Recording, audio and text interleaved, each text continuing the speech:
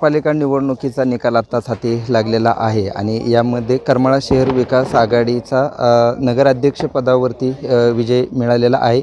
आणि या सर्व निवडणूक प्रक्रियेत ज्यांची महत्त्वाची भूमिका होती ते म्हणजे सावंत गटाचे प्रमुख आणि किंगमेकर म्हणून ज्यांचा उल्लेख रात्री एका बॅनरवरती झाला ते म्हणजे या निवडणुकीत सर्वात महत्त्वाची भूमिका बजावलेले सुनील सावंत, त्यांच्या पत्नी देखील या निवडणुकीत नगरसेवक या पदावरती होत्या आणि त्यांच्या भाऊजाई या निवडणुकीत नगराध्यक्षपदावरती होत्या मोहिनी सावंत। त्यांचा विजय झालेला आहे। आपण त्यांची पहिली प्रतिक्रिया घेणार आहेत। बापू, काय पहिली प्रतिक्रिया असणार आहे तुमची? पहिली प्रतिक्रिया, करमाळा शहर विकास आघाडीचे नगराध्यक्षपदी मोहिनी सावंत या निवडून आलेल्या आहेत आणि शहरी विकास आघाडीचे एकूण 8 नगरसेवक निवडून आलेले आहेत। सर्वप्रथम ह्या सर्व विजयी उमेदवारांचं मी अभिनंदन करतो। आपण जर पाहिलं या निवडणुकीत म्हणजे सावंत गट हा स्वतंत्र या निवडणुकीत पहिल्यांदा स्वतंत्र निवडणूक रिंगणात उतरला आणि 21 उमेदवार त्यांनी दिलेले होते नगराध्यक्षपदासह। पुढे भाजप आणि दुसरीकडं उपमुख्यमंत्री एकनाथ शिंदे यांची शिवसेना या निवडणूक रिंगणात होती। या निवडणुकीत जर पाहिलं दुसरं एक वेगळं पण असं होतं की माजी आमदार जयवंतरावजी जगताप यांची गेल्या 30 वर्षापासूनची सत्ता तुम्ही उलटून लावली आहे। नेमकं काय सांगाल तुम्ही त्याबाबत? त्याबाबतमध्ये की शहरामध्ये अत्यंत निकृष्ट दर्जाची कामं झाली।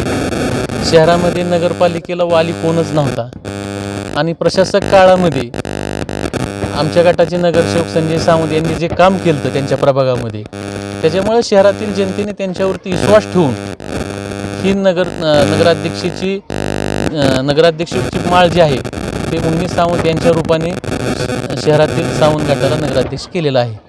आणखी यामध्ये दुसरा असा विषय आहे की आपण या निवडणुकीत म्हणजे आपण युतीसाठी भाजपने देखील तुमच्याबरोबर हात मिळवण्याची चर्चा केली होती। जगताप गट आणि तुम्ही एकत्रित निवडणूक लढताल अशी एक शक्यता वर्तवली जात होती।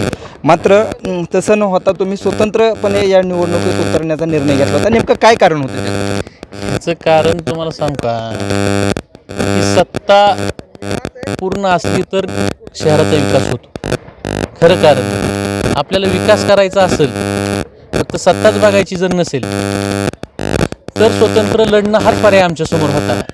निवडून आपण युतीतनं ह्यातनं जर आलो असतो तर कामं करण्याला फरक पडतो। आता स्वतंत्र नगराध्यक्ष आणि 8 नगरसेवक, त्याच्यामुळे सावंत गटाच्या माध्यमातून शहरामध्ये कुठलीच कामं राखणार नाही। यामध्ये आणखी दुसरा एक असा विषय आहे की माजी नगराध्यक्ष वैभवराजे जगताप यांना उमेदवारी ज्या ठिकाणी मिळाली त्या ठिकाणचा देखील आपला उमेदवार विजयी झालेला आहे। जगताप गटानं उमेदवारी नाकारली म्हणून परदेशी कुटुंबीय आपल्याकडं आलं होतं आणि तेथील देखील जागा मिळवलेली आहे। जगताप या निवडणुकीत हद्दपार झालेले आहेत। नेमकं काय सांगाल त्याबाबत?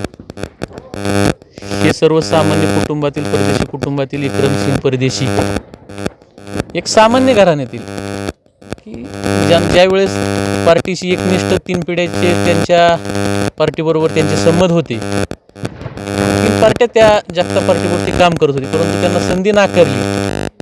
आणि ज्यावेळेस आमच्याशी चर्चा झाली त्यावेळेस आम्ही तिथला उमेदवार आम्ही जाहीर केला होता, फक्त प्रसिद्धीमध्ये जाहीर केलेला नव्हता। त्याला सांगितलं बाबा हा परदेशी आपल्याला जॉईंट किलर ठरेल आणि खऱ्या अर्थानं टर्निंग पॉईंट परदेशीच्या माध्यमातूनच झालेला आहे। दुसरं या निवडणुकीत जर पाहिलं तर आपलं नगराध्यक्षपद मिळालेलं आहे, मात्र खाली सत्ता स्थापनेसाठी म्हणजे उपनगराध्यक्षपद आणि बहुमताच्या दृष्टीनं जर पाहिलं तर आपलं तेवढं बहुमत झालेलं नाही। 10+ आपण जायला हवं होतं बहुमतासाठी स्वतंत्र, मात्र तेवढं झालेलं नाही। मग खाली आता जर सत्ता ही करायची तर त्याच्यासाठी कोणाबरोबर हे केलं आहे? आता आम्ही फक्त 2 पावलंच मागे आहे। करमाळा शहरातील राजकारण तुम्हाला माहिती, कधी कोण पाठिंबा देईन, कोण कोणासंगती होईल हे सांगता येत नाही। 100% आमची बहुमताची सत्ता असेल। याबरोबर परदेशी कुटुंबियातले देखील तुमचे बंधूच या निवडणुकीत होते। माजी नगराध्यक्ष वैभवराजे जगताप यांचा पराभव तुम्ही केलेला आहे। नेमकं काय सांगाल त्याबाबत?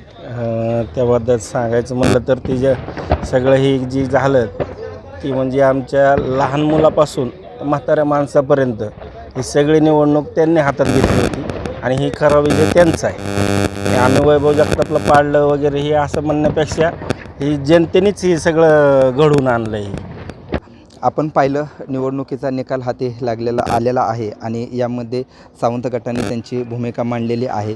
पुढं कोण बरोबर येणार किंवा काय गणित आखली जाणार हे पाहावं लागणार आहे. मात्र सध्या सावंत गटाने हा जो विजय मिळवलेला आहे तो ऐतिहासिक विजय म्हणावा लागेल, कारण पुढे पालकमंत्री या निवडणुकीसाठी सभा घेत होते. त्यानंतर जगताप यांनी देखील त्यांच्यावर जहरी टीका केली होती. मात्र अशा स्थितीत पालकमंत्र्यांनी इथे येऊनसुद्धा त्यांच्यावरती जहरी टीका केलेली होती आणि अशा स्थितीत त्यांनी जो हा विजय मिळवलेला आहे तो निश्चितच ऐतिहासिक ठरणार आहे.